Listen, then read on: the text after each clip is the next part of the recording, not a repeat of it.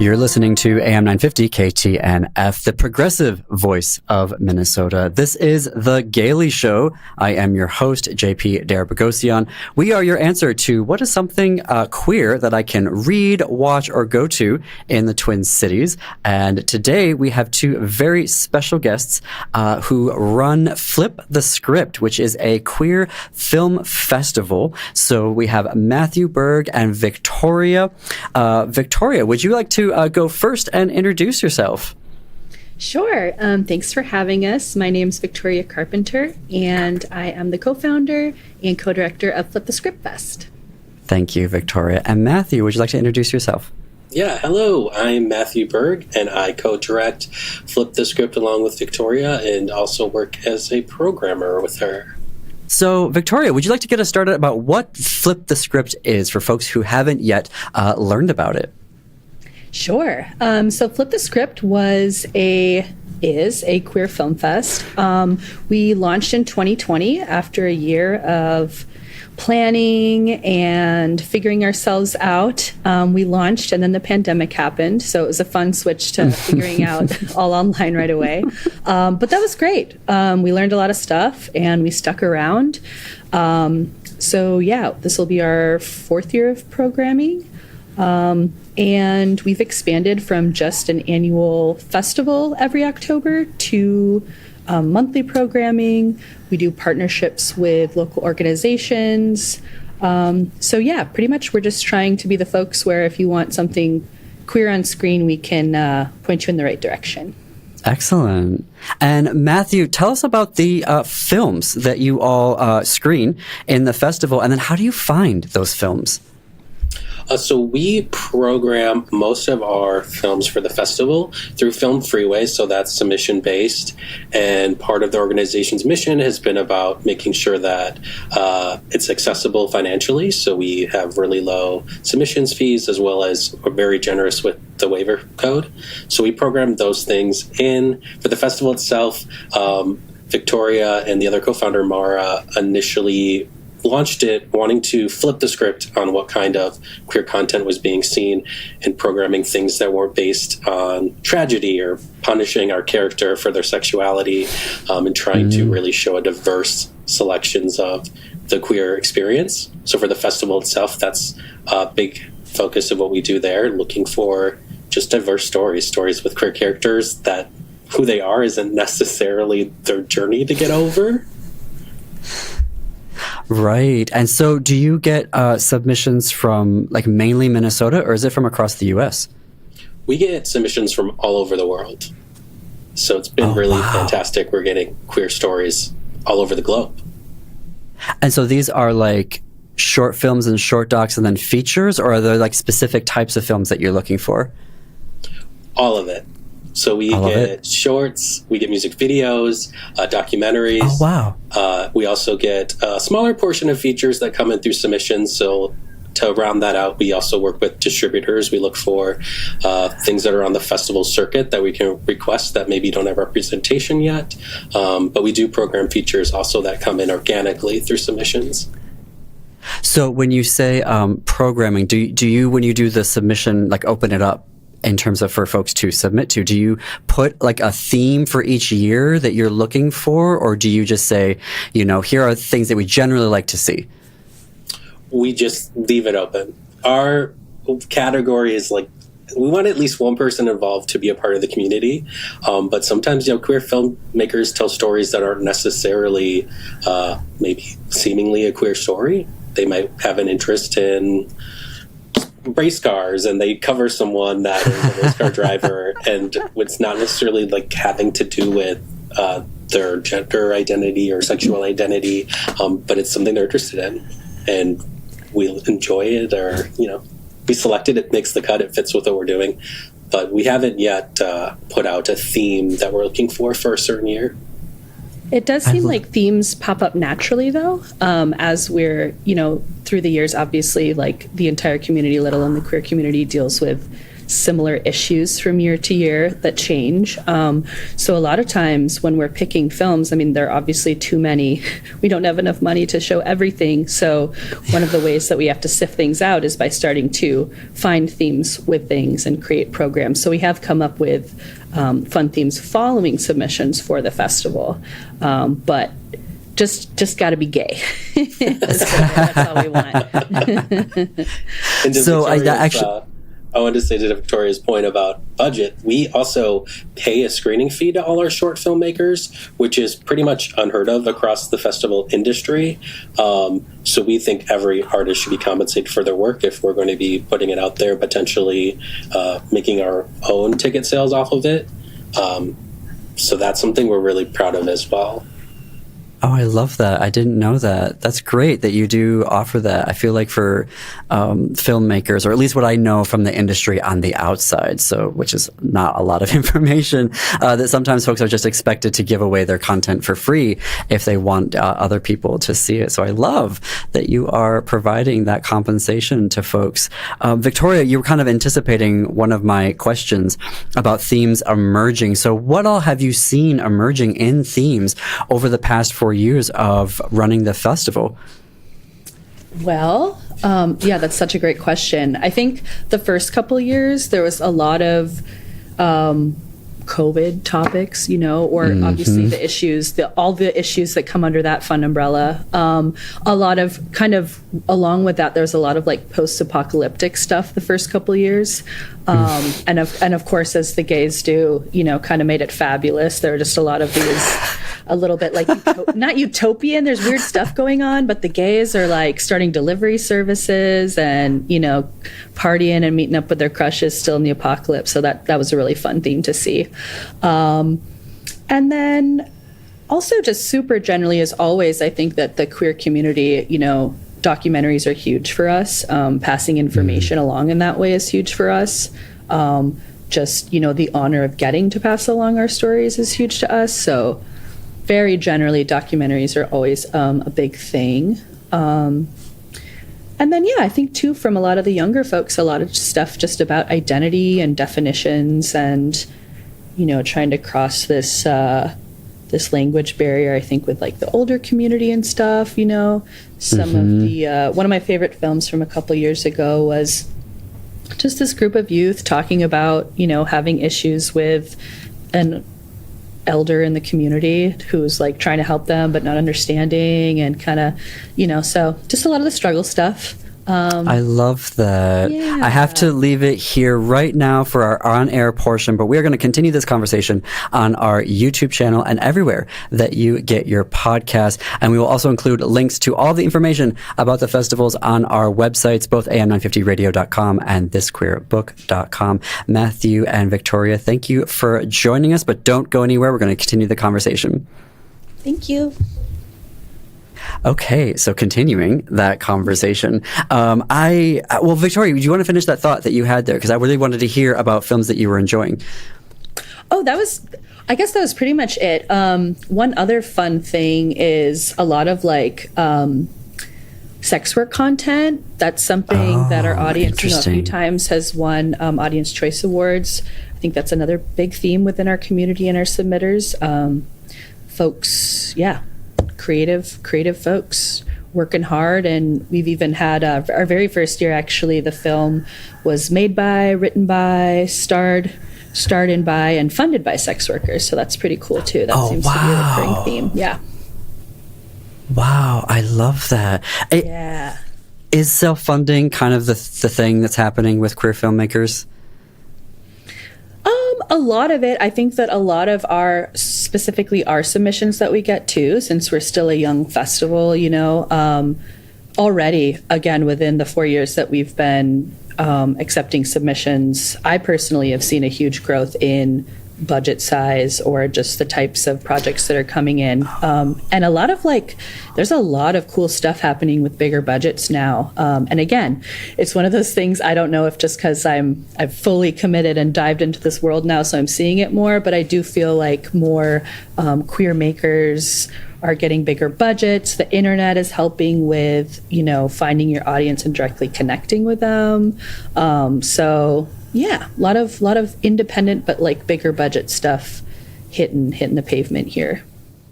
That's something that I think that's where that question was going, was because it kind of feels like queer filmmakers and queer performers have kind of been like marginalized or sidelined and not necessarily given all of the investment opportunities that cis and straight filmmakers get. So do you see then that there is an investment and a growth in other folks wanting to uplift and make more queer films?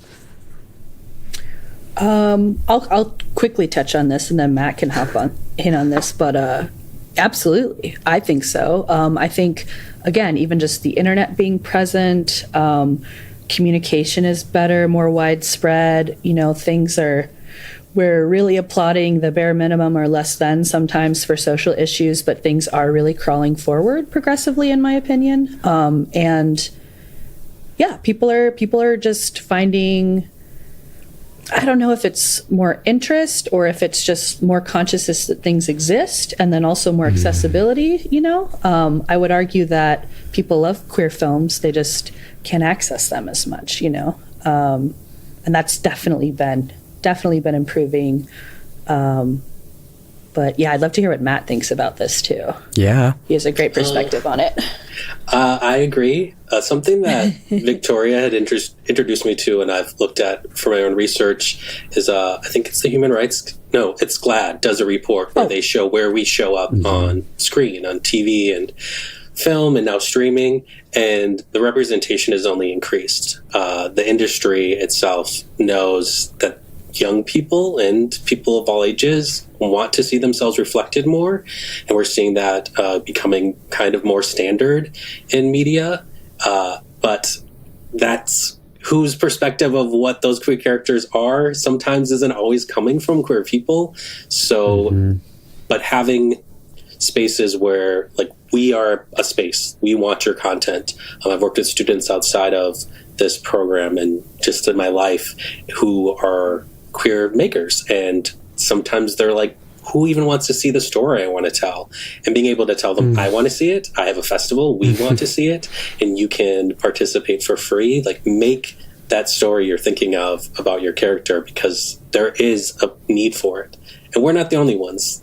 Across the board, I think other festivals have also woken up to intentionally programming queer programs. That was something that was big for me in joining Flip the Script and conversations before it came into light, is that there may be LGBTQ plus programming in other local festivals, but in my experience working in those festivals, they're not actively programmed. They're a passive program that comes up, and so they're not guaranteed every year. Some years there might be a dozen films, and some years there may be 4 or none, just because it's not something they're advertising that they specifically program.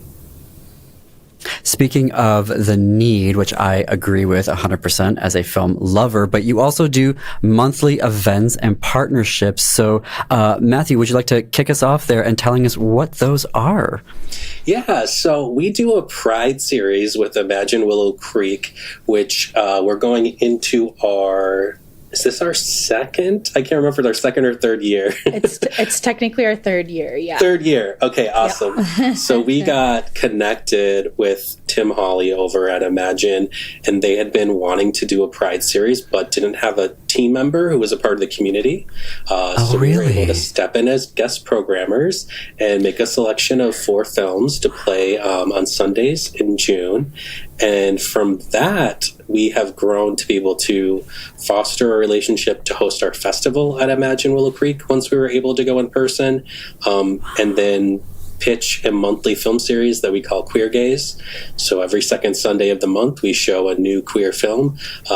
Might be an old film, but new to you, at Imagine Willow Creek. And that has helped us stay connected to our audience, grow our audience outside of the October festival. And we're excited to just keep expanding on that, finding more opportunities to get queer films on screens, whether that be in a theater or at home, so that people have an option to check something out they might not know about all year long.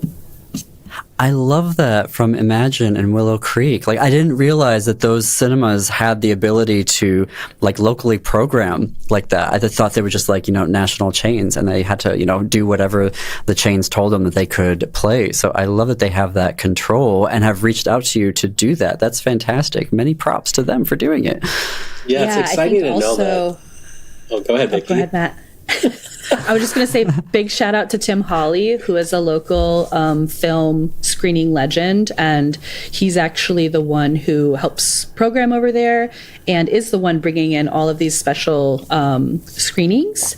And yeah, he's just an amazing part of the community and really goes out of his way to make sure that it's growing and that more voices are being involved. So he runs the local Tape Freaks, which is fantastic. So I would check them out too.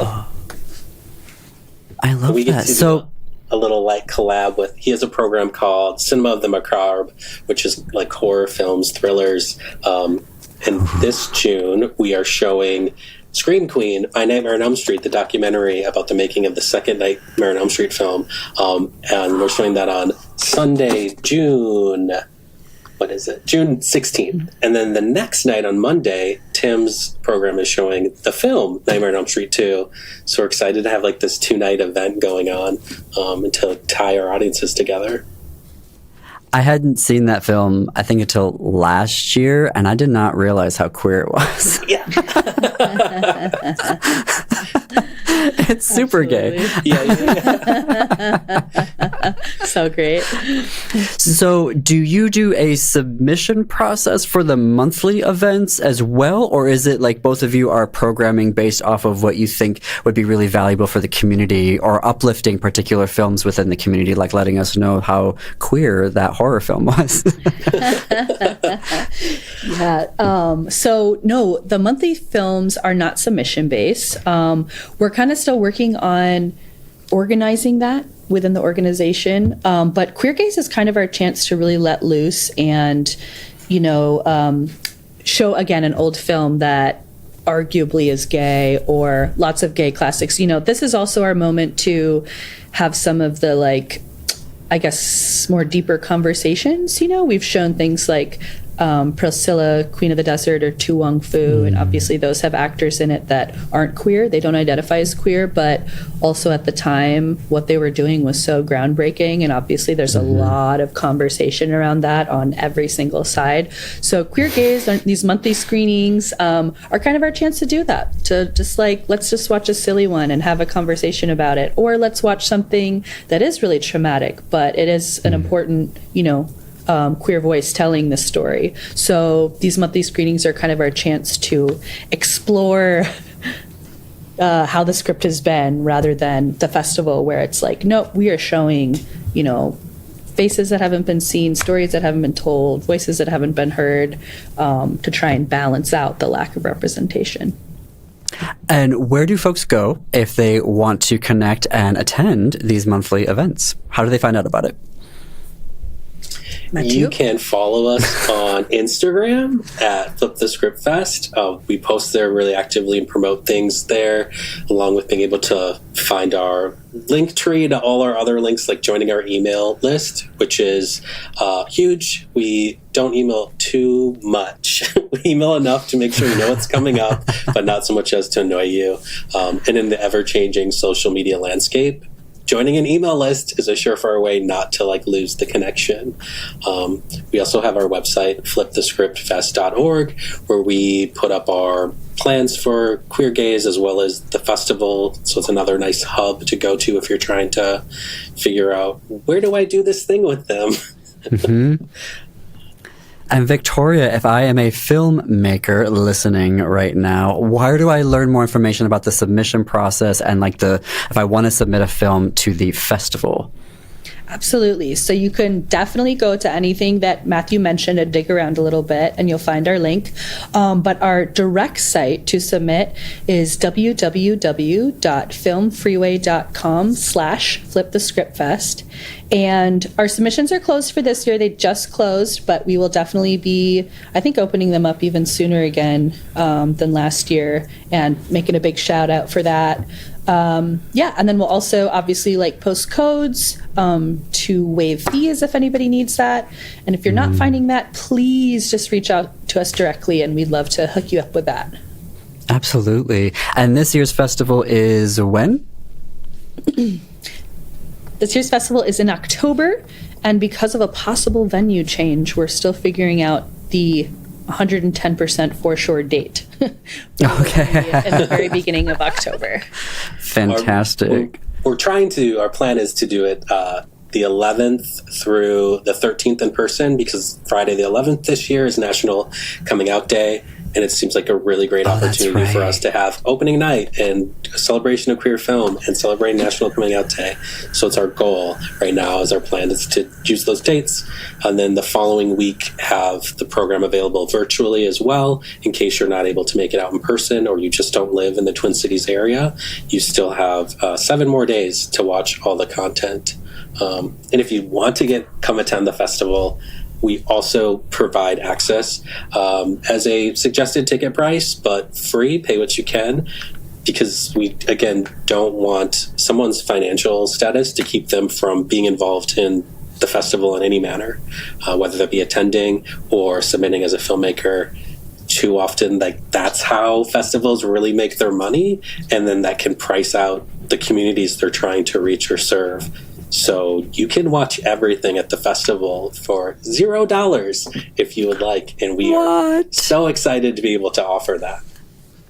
That's amazing. And thank you for making them available after the in-person festival. Because I know that there have been times where I've wanted to see films from festivals, and there was either a price barrier if they did offer them virtually, or they don't offer them virtually. So that is really, thank you for that. Our absolute pleasure. Yeah, that's the goal.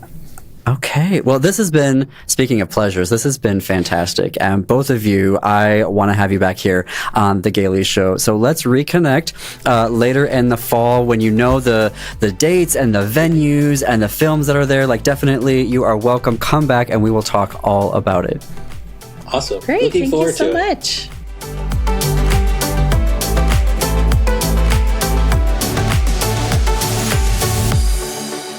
Well, I am very excited for our next guest, because this is an event that has been happening in Minneapolis. And if you haven't been to it yet, we're going to give you all of the reasons for why you should this June 4th.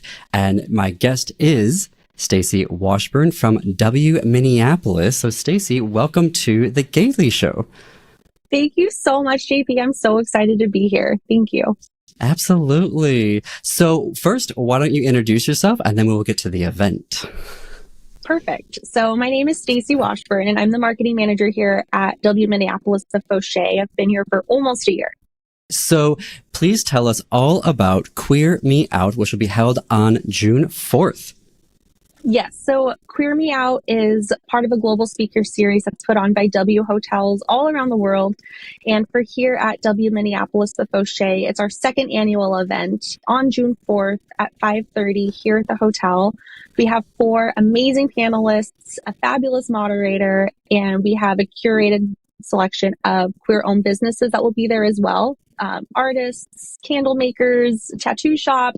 So it'll be a really fun night. Absolutely. And so tell us what the theme is for this year. Yep. So this year is called Take a Stance Pride Across Decades. And for this year in particular, we're celebrating the start of Twin Cities Pride here in Minneapolis in 1972, and then how it's evolved into what it is today. And can you tell us a little bit about who the moderator is for the panel? Yeah, so the moderator is Nina D'Angelo, who is one of the partners of Roxy's Cabaret right here in Minneapolis. So very, very excited to have her on. And then as far as the panelists, we have Devon Monroe, who is a professional wrestling champion. Devon Monroe actually was just in Treasure Island last weekend and just defended their title. So still a champion. And then we have Zaylor Stout, who is an activist and an author. And then we have Lisa Vicoli, who is the former curator of the Treader Collection. And then our final panelist is Becca Bailey, who is an activist in both the queer and disabled communities. So very excited to have her perspective on the panel. An amazing lineup that you have there. I was very excited when you told it to me for the first time. And then the event that's around it, so the vendors who are going to be there. Tell us a little bit about why you wanted to have the vendors there and kind of expand it beyond just having a panel. I thought that it would just be really nice to just go out and support these local businesses and give them the platform to sell their products or just get their name out there to some people that might not have heard of them before. Like I mentioned, one of them is a candle maker. We have a fine artist. She's a painter. We have Black and Tattoos that will be there. We have an aura photographer coming. That should be really fun. I don't know if you've gotten your aura photographed, but it's a pretty unique experience. No. And then like aura, like your aura? Yes, like your aura. For folks who aren't seeing the YouTube channel, like yours, I'm doing like hands around my head right now. But wait, how does it capture your aura? It's a very, very special camera, and you have to put your hands on these sensors, and I don't know the science behind it, but it was really, really cool. It was a very cool experience. So we're bringing that in. I think that will be something kind of unique that not a lot of people have done before. And then I hadn't mentioned this yet, but the ticket proceeds from Queer Me Out are going to be benefiting Outfront Minnesota. So we're really excited about that too, to support them. And speaking of ticket prices, how can people get their tickets? So the event tickets are sold through Eventbrite. So you can search for Queer Me Out 2024 that way. And I do believe you might be having a link on your website as well. Yes, we will have the links on our am950radio.com website, on the squarebook.com website. We will include it as well on the social media. And so what floor is it going to be on in the Fauché? Or I guess Minneapolis. Yes, it will be up on the second floor. That's where all of our event spaces, and we will be taking over upstairs. Oh, and I also forgot to mention, so the event goes from 5:30 to about 8:30, depending on how long the panel discussion takes. And then after that, in our living room bar on the main lobby level, we'll have a DJ to keep the party going till late at night. Absolutely. I met W Minneapolis, your folks at the Quorum. So thank you for being a member of Quorum here in the Twin Cities. And I just really loved hearing about y'all's commitment to the queer community. And then this event as well, because I had no idea, unfortunately, and which is why I love doing this show, is that I get to hear about all the events that various organizations will be doing during Pride Month and throughout the year. Pride is year round. But can you tell a little bit more about W Minneapolis's commitment to the LGBTQ community? Yes, that is actually one of the things that really drew me to this brand in particular. I've worked for Marriott hotels on and off in different brands and for corporate for almost 9 years. And I've always loved the W brand because they don't shy away from, taking a stance when it comes to like marginalized communities. I think they do a very, very good job of making sure that the hotels pull through these types of activations to really support the LGBTQA plus community. We also have another speaker panel event later in the year called What She Said, and it's an all-woman panel. And then this year, I don't have the date or fine details locked down quite yet, but this year will be an all-Indigenous panel, and I'm really excited to celebrate that too, especially here in Minnesota where we have such a large population.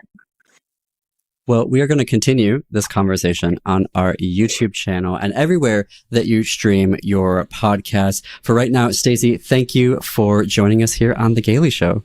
Thank you so much for having me. I'm so excited.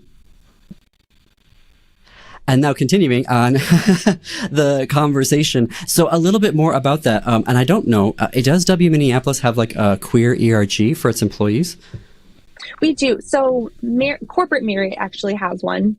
I think it's called Marriott One, and there's local chapters across the country. And actually one of our sales executives here is on the board for the local community here. I love that. It must be very, as you were saying, like just what is the word? Heartwarming, heart-giving, to be at a company that supports queer rights. And more than just that, right? Like y'all could just be a hotel, right? In downtown and across the globe. And so I really appreciate that commitment to the community. And that's just got to feel really good. It does feel really good. And, you know, to be candid, I myself am not part of the community, but I'm a very strong ally. But my two siblings are. I have a sister who's non-binary, and I have a sibling who's non-binary, and a sister who is a lesbian. And so just seeing them growing up and seeing some of the difficulties that they've faced was really hard to witness. And unfortunately, it's not something that I had personally experienced. So watching them go through it, it just made me feel very strongly that these are communities that need to be supported. Absolutely. Absolutely. So with Queer Me Out, how did y'all come to this particular theme for this year? Because you all get to decide, right? I think it's corporate maybe that comes up with a theme, and then you all get to kind of dive into the specifics of it. So we actually get to come up with the theme, which is exciting. Yeah. So our brand, W Hotels, provides a general outline of how the run of show should go, you know, but it's really up to each individual hotel to really pull in the local community and do what fits best in this market, because what works for us here in Minneapolis might be very different from London or Sydney. Yeah. So it's really nice to have that kind of freedom and making sure that we're uplifting our community here. And how did you all land on the history as a theme? Because I absolutely love that. When you all told me, I was like, yes, this is exactly what we need to be having right now.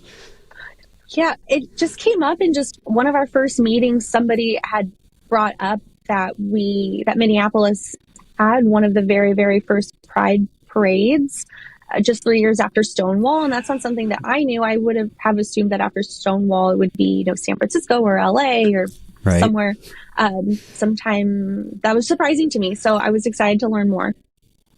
Yeah. Minneapolis has this really... Minnesota actually has this really remarkable history that sometimes I wish folks knew a little bit more about. Like Minnesota...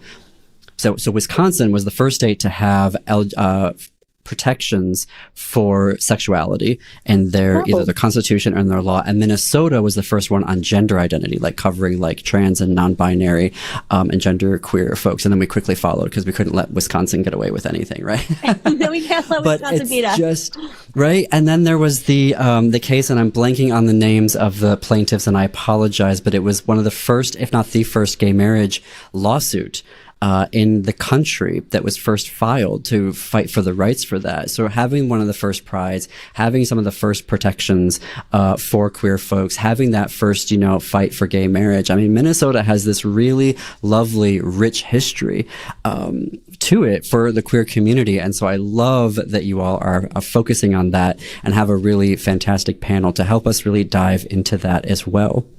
Yeah, same. That's why I'm so excited to have Lisa's perspective just as a historian, and then also Zaylor's perspective as an author. I think it'll be really great to have their ideas. Absolutely. And we had Zaylor on our companion podcast, The Square Book Saved My Life, and we spent a long time talking about his book, Our Gay History in 50 States. So I guess I'm plugging one of my other shows. But if you want to go and listen to that episode prior to get even more jazzed up for Queer Me Out, which is on June 4th, the time again is... 5:30 is when it starts. 5:30, but they should get there early, right? No, 5:30 is when the marketplace will open. So it'll be about an hour of cocktails and mingling, and then the panel discussion starts at 6:30. Perfect.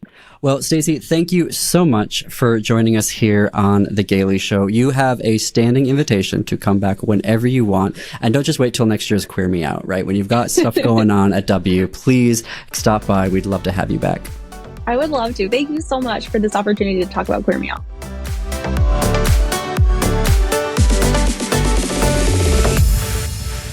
And I am very excited for our next guest. Joining me all the way from the Netherlands, Yael van der Wouden has a new novel that is coming out the 28th of this month, May. So Yael, welcome to The Gailey Show. I'm so happy to be here. Thank you for having me. Absolutely. Our first international guest. So this is very special for an us. honor.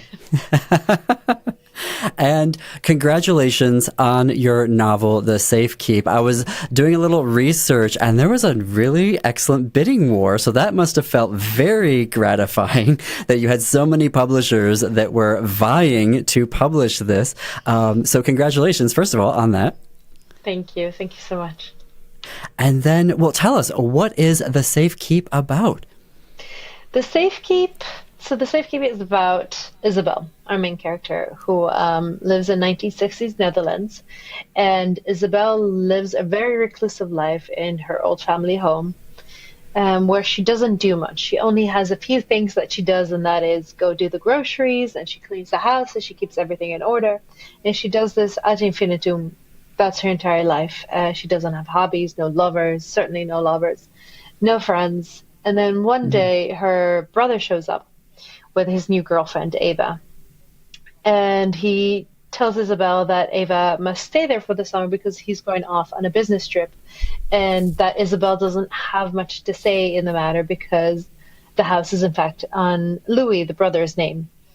And so Ava stays for the summer, and Ava turns out to be the polar opposite of everything that Isabel is. She stays up late, she sleeps in late, she touches everything, she's loud, she laughs, she challenges Isabel in ways that Isabel does not want to be challenged.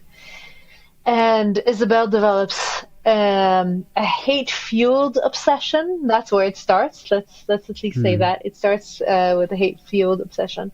And then things start to disappear around the house. First it's a spoon, and then it's a knife, and then it's a bowl. And the question is, of course, are things actually disappearing? Is this all in Isabel's mind? Is she imagining it? Or is it maybe perhaps the maid? Or is it Ava herself who's stealing things? Or is it something else? Is it spirits, demons? Is it the house? Is her sanity, at play here? And that's the first two chapters. That's where we start. And then from there on, it goes on in many different directions that I'm not allowed to talk about yet. Oh, all right. No spoilers. No spoilers. Well, this sounds absolutely fascinating. Tell us, so you are a professor of creative writing. How did you come to writing your debut novel? I think it comes kind of with the territory that usually if you end up in teaching creative writing, you have been doing it yourself, either in secret or in public for a while. But I've always been writing. That is not correct. That's a lie. I've not always been writing. Actually, I wasn't much of a reader as a kid.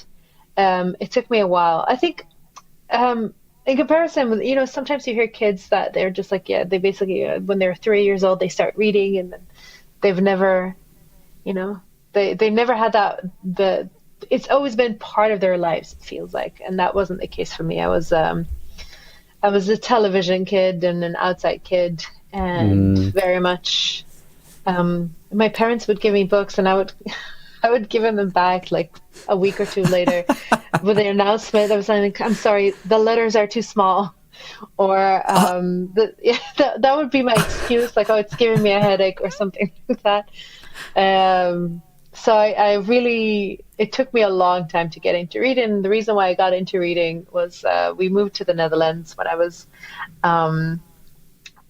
11, and we moved into my grandparents' home. And my grandparents had very strict rules. I think in retrospect, not that strict, but for me, they felt very strict about when we were allowed to watch television, not during the day, and certainly not on randomly during the week. And what we were allowed to do around the house, how much candy we were allowed to have, how often we were allowed to eat.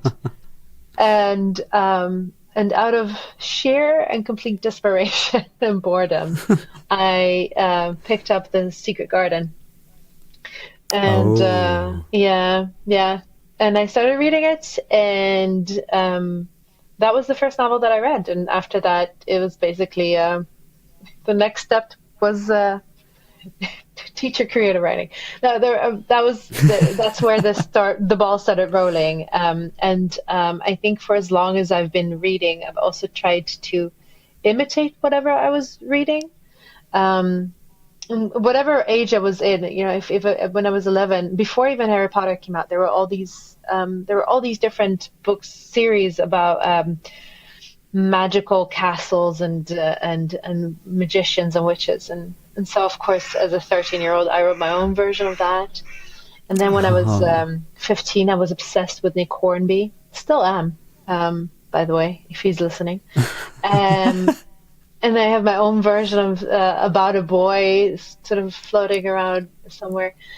So whenever I would read a novel, I would get this, not just like this immense sense of like, oh, I think I can do something, which for most of my life was disproportionately arrogant and completely untrue. But it was a great teaching tool, and I'm grateful for my own at times misguided enthusiasm when it came to imitating art, because it did teach me quite a lot. Oh, I love that. That's such a great backstory of how you came to writing. And you also, I saw on your website, you have a lot of essays and short fiction that you have been publishing over the past few years, and also a Dear David column. Oh, you read Dear David, or you saw Dear David? I saw Dear David. Can I tell you what Dear David is about? Yes, absolutely.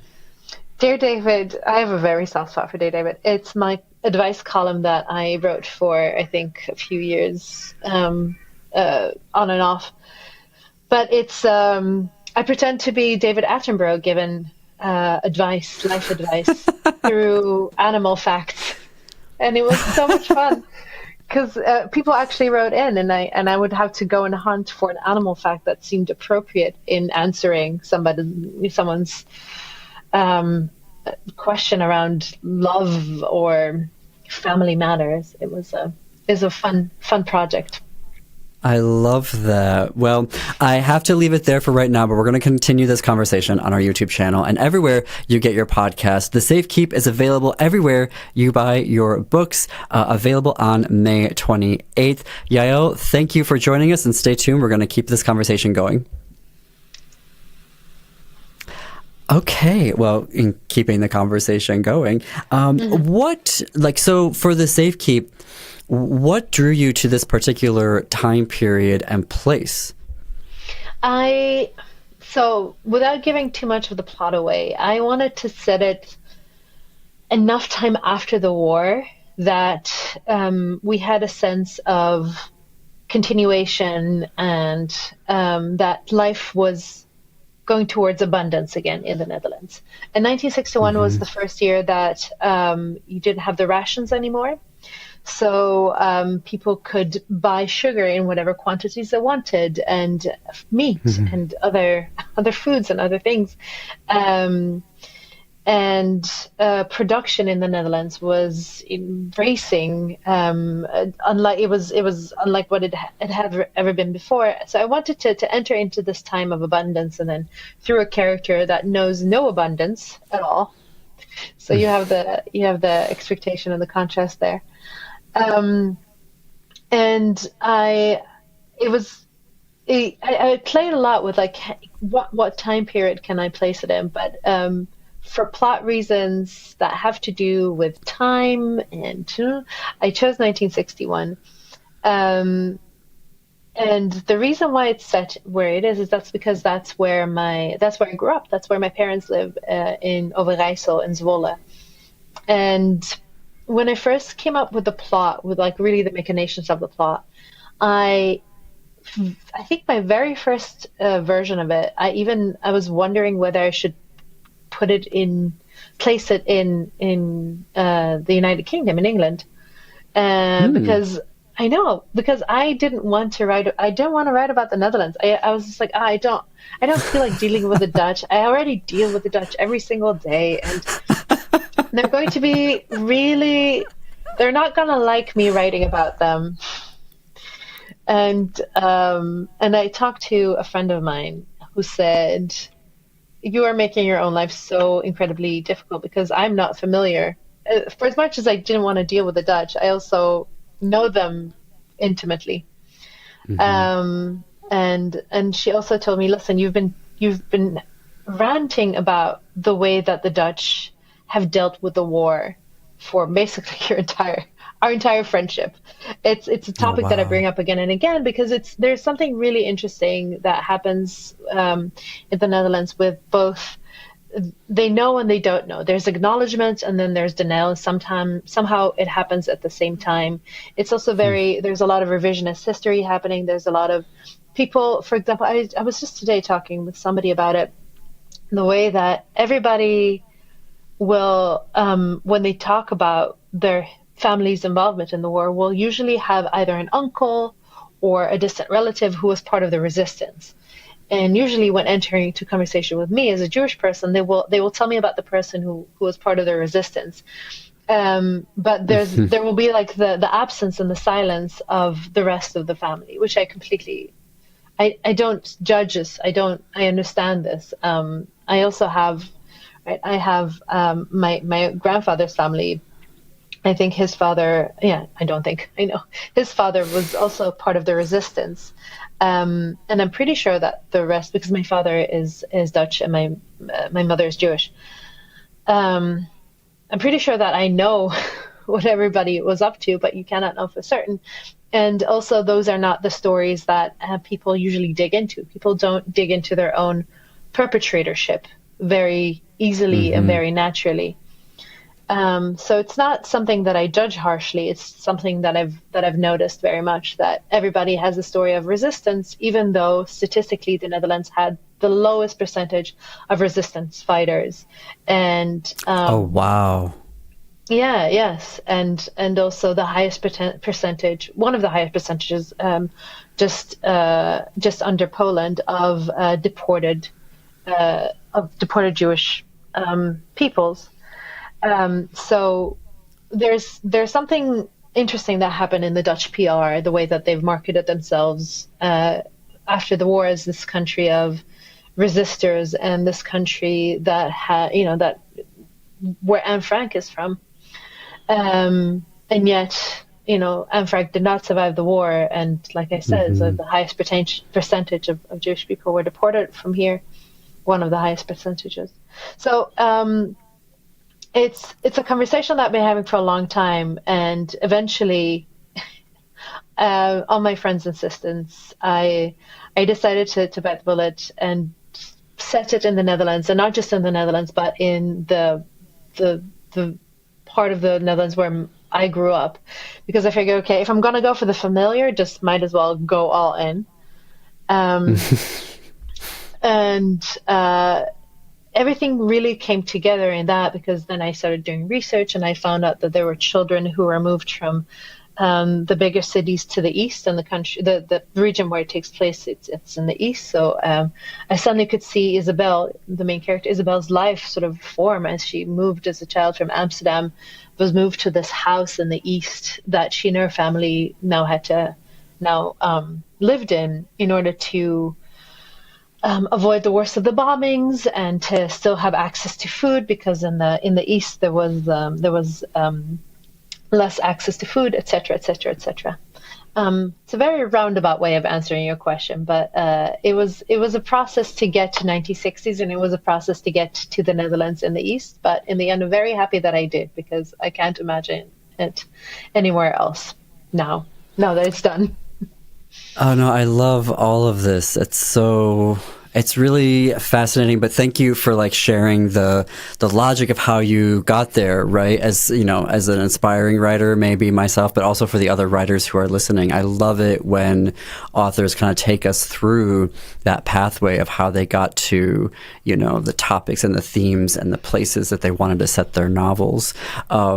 I do have a question about queer history. So much of queer history is coded or intuited or just not documented in written format. How did you find this, writing about a queer love story eventually and set in the 1960s in Netherlands?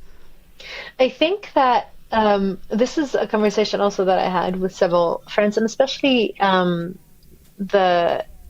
English-speaking friends, and most specifically people who grew up in the UK, they read a first version of the book, and they were really worried, both for Isabel and Eva, but also for Hendrik and Sebastian.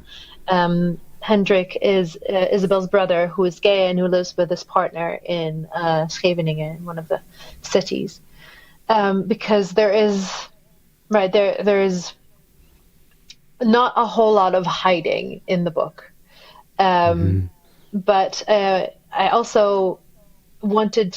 There are several reasons for this. The biggest one is just that it wasn't illegal in the Netherlands in the 1960s. I didn't know that. Yeah, no, it wasn't. It wasn't illegal since the 1920s. It wasn't illegal for anyone above the age of 21.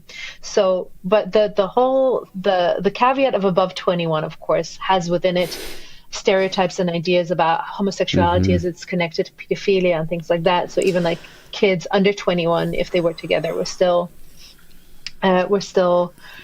considered illegal in that. So it's not without its fault, this law, but since the 1920s, it's been legalized. Of course, there was a blip during the war when the Germans had taken over, where it was illegalized again. But then after that, the Dutch laws got to return to their previous state. And so I wanted to show a reality that we're not. I don't think that we're used to reading that very often. A world in let's say the end of the 50s, early 60s, where it's quite free in that. But the reason why it was important for me is because I wanted to give Isabel a life where she can be the best version of herself, and she can have everything that she wants. Right? She can have friends, she can have access to connection, to things, to life. And also, she does not have to hold on to her prejudice. She has loved ones who are gay, and Sebastian, he's half Algerian, right? So she also has people in her life, in her immediate life, that represent something that is not just whiteness, that is not just like the median idea of who a Dutch person in the 1960s would be. But yet, even though she has access to all these notions, to notions of colonialism, to notions of homosexuality, to notions of what it means to love in different ways,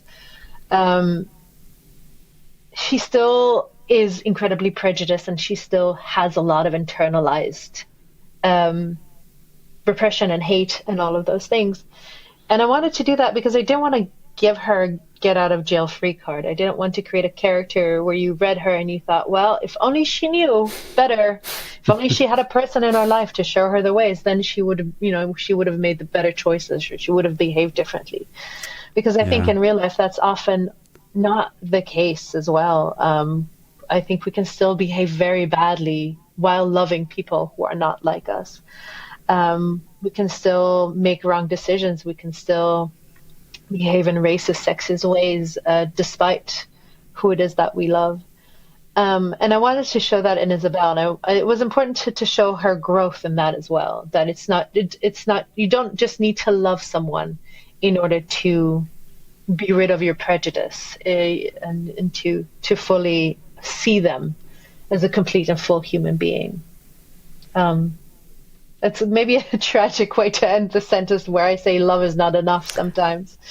But that's something that I wanted to investigate. And that's also kind of the angle that I took in setting it in the 1960s and investigating queer desire in the 1960s in the Netherlands. That's amazing. And clearly you must have done something correctly to have the bidding war that your novel had. So congratulations again on that. The Safekeep, available everywhere you buy your books on May 28th. Yael, this has been such a delight. Thank you for coming on The Gaily Show. Thank you for inviting me. I had a great time. Absolutely. And when you have your next novel coming out, you are a friend of the show, so stop on by. We'll talk all about it. Absolutely.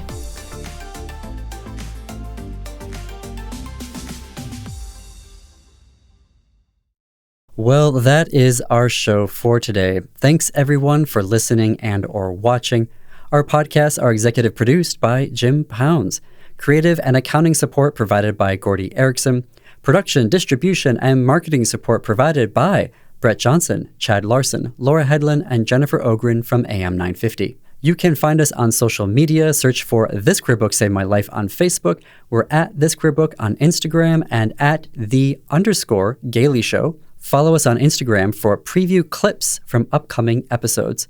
For The Gailey Show, check out our YouTube channel, unless you're watching us there right now. We're also on AM 950's YouTube channel and Facebook page. As always, you can connect with us through our website, thisqueerbook.com. On our website, you can leave me a voice message of the current LGBTQ books, film, or TV you're loving right now. And if you send me a message, I will play it on the air to share with our community. Go to our homepage, thisqueerbook.com, scroll down, and you will see an orange box with a microphone. Click it and share your message of what queer media you're loving to watch or read. And if you have LGBTQ entertainment news with a Minnesota angle, email gaileyshow@thisqueerbook.com. That's GAILY show@thisqueerbook.com. And until our next episode, see you queers and allies in the bookstores.